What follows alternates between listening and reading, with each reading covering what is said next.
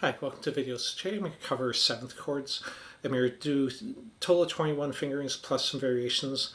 This will include major 7, minor 7, dominant 7, minor 7, flat 5. So all the ones you'll find if you harmonized up to a 7th chord in a key. And I'll demonstrate moving them through a key. All these will be movable positions. I'm not going to show open position ones because I want you to be able to move them to any key or any position and not be stuck in one position.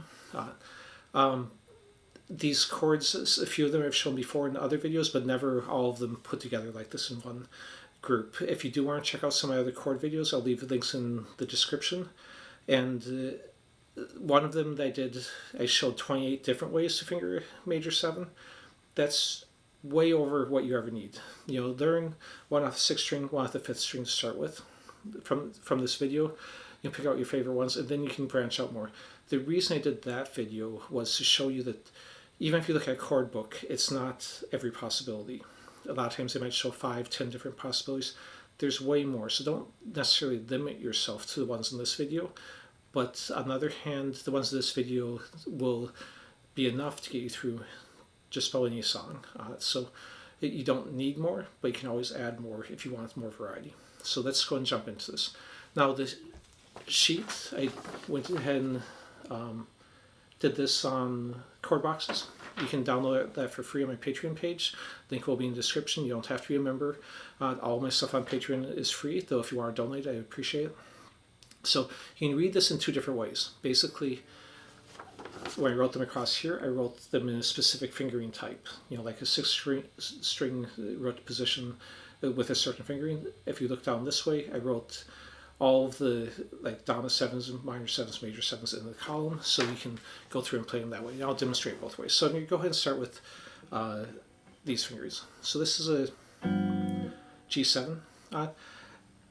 So basically I'm leaving off the 5th, so it goes root, flat 7, major 3rd, and then the 5th, which would make the G7. Now, sometimes you can leave off the 5th, and that's okay.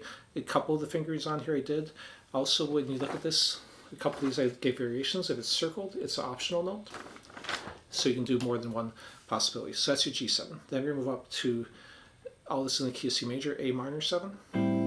Just borrowing the 3rd finger and using this. And the fingering is all written beneath the chord boxes. I also wrote the notes of all the chords because I think that's beneficial.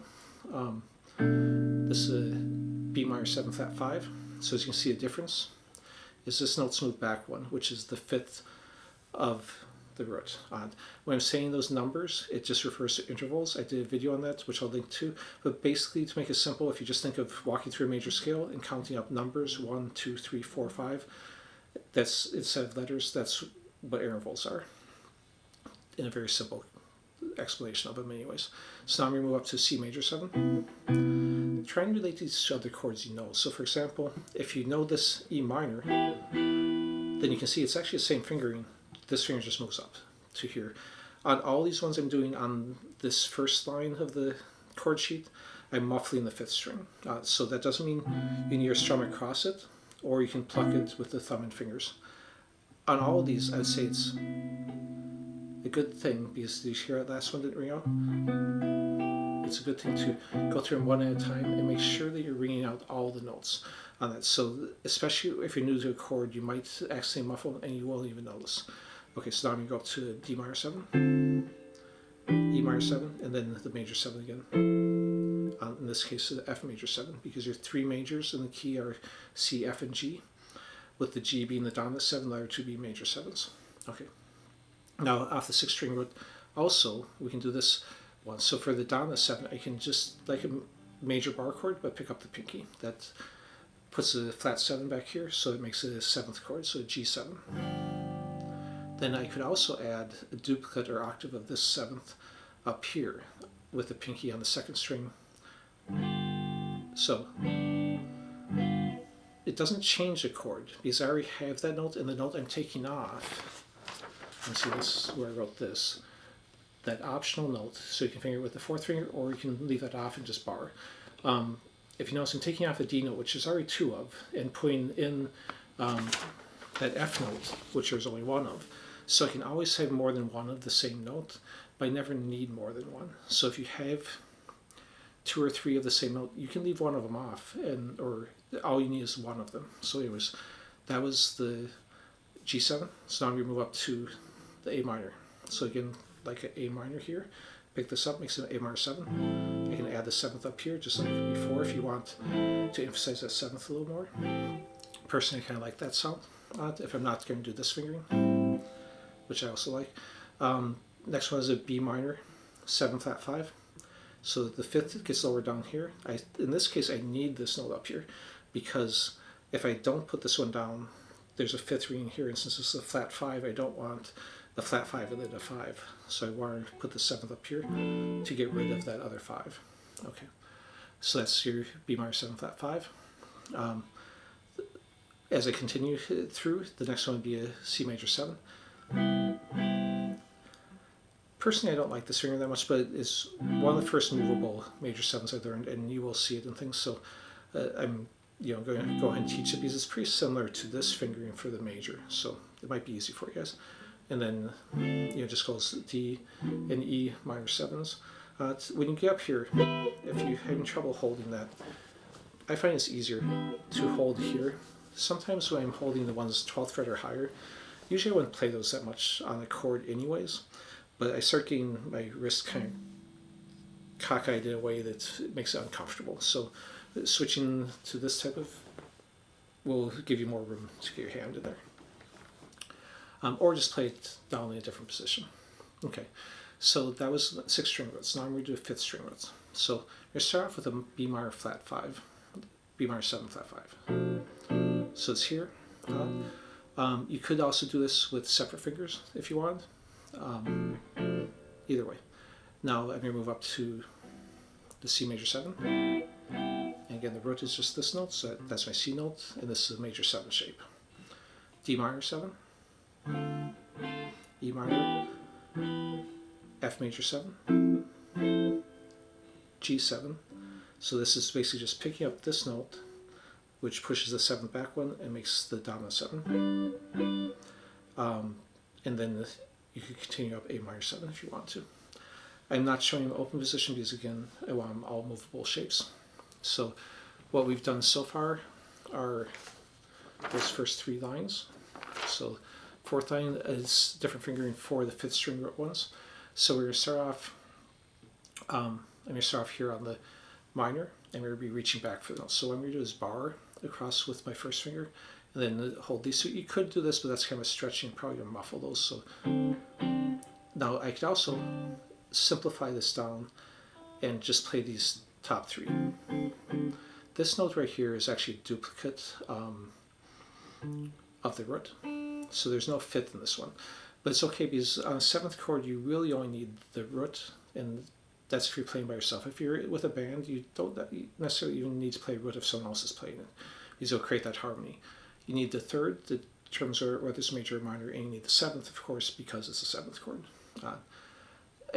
So in this one I have no 5th, because adding the 5th would make it kind of uncomfortable fingering. So then I move up here and doing the E minor 7.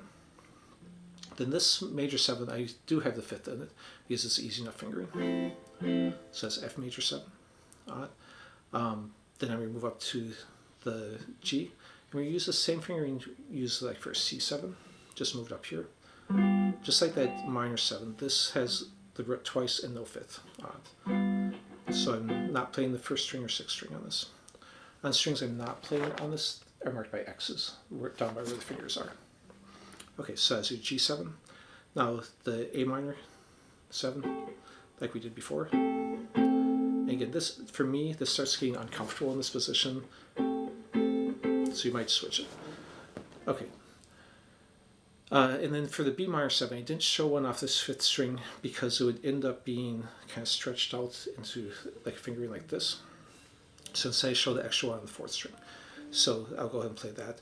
This is the only inversion I'm playing. This one's starting on a D note instead of the B note, and I'm barring with that 1st finger. And on any of these though, if they're hard for you at first, it's perfectly fine to play them up here. You also will get a fuller sound. As you get up in these high strings, the chords sound kind of thin. And that reason why personally I don't play chords above the 12th fret very much. Okay, the last ones would be 4th string root. So I'm going to go and start on like the E. Again, this is my E note. You've maybe played this type of one as a D minor 7 in the open position. So same thing, I'm just moving that note up. And then going up to F, this just requires a bar. And then I'm going to go up to G, which ends up in this fingering. And then I'm going to move up to A minor, which back to this one.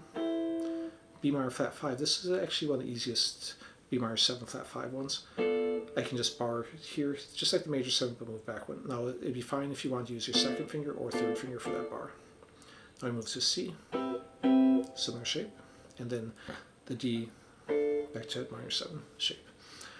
And then I added one bonus one off the 4th string, which would be a C major 7, like this. The reason I added that without the other variations on this reaching back one is because when you get to the other ones for this, like a G, it ends up being kind of a stretched out thing to where I don't think that's the most practical chord to jump in, though I do see some jazz players doing it. When I first got to G.I.T. when I was studying there, some of the pieces required playing those, and personally I hated them. They were just, you know, stretched out, and it was hard to get to them quickly enough, and playing them for a long time made my hands sore. So it's not ones I personally use that much, but some people do. So that was all 21 shapes. Just pick out, I would say, starting off with one off the 6th string and one off the 5th string. You don't have to do all the ones for minor 7 flat 5. You're not going to use those as much, but get at least two fingerings to start off with on the other 3, the major, minor, and on the 7s. And then maybe just learn one minor 7 flat 5, or hold off till you see it in some songs, and then you can learn it at that point. As you get more comfortable with knowing one off the 6th and 5th string, you can either add another one of the variations off those strings, or add the 4th string, and then just gradually give yourself more options so that wherever on the neck you can get to the chord that makes most sense and that sounds the best. Some of these you might take off some of the duplicate notes just to change the sound and make them sound more interesting. Or if you see a chord that has, again, like the lowest note duplicated, you can take off that lowest note and thereby make an inversion. Anyways, thanks for watching. Hope you liked the video, and please like, subscribe, all that stuff. See you next time.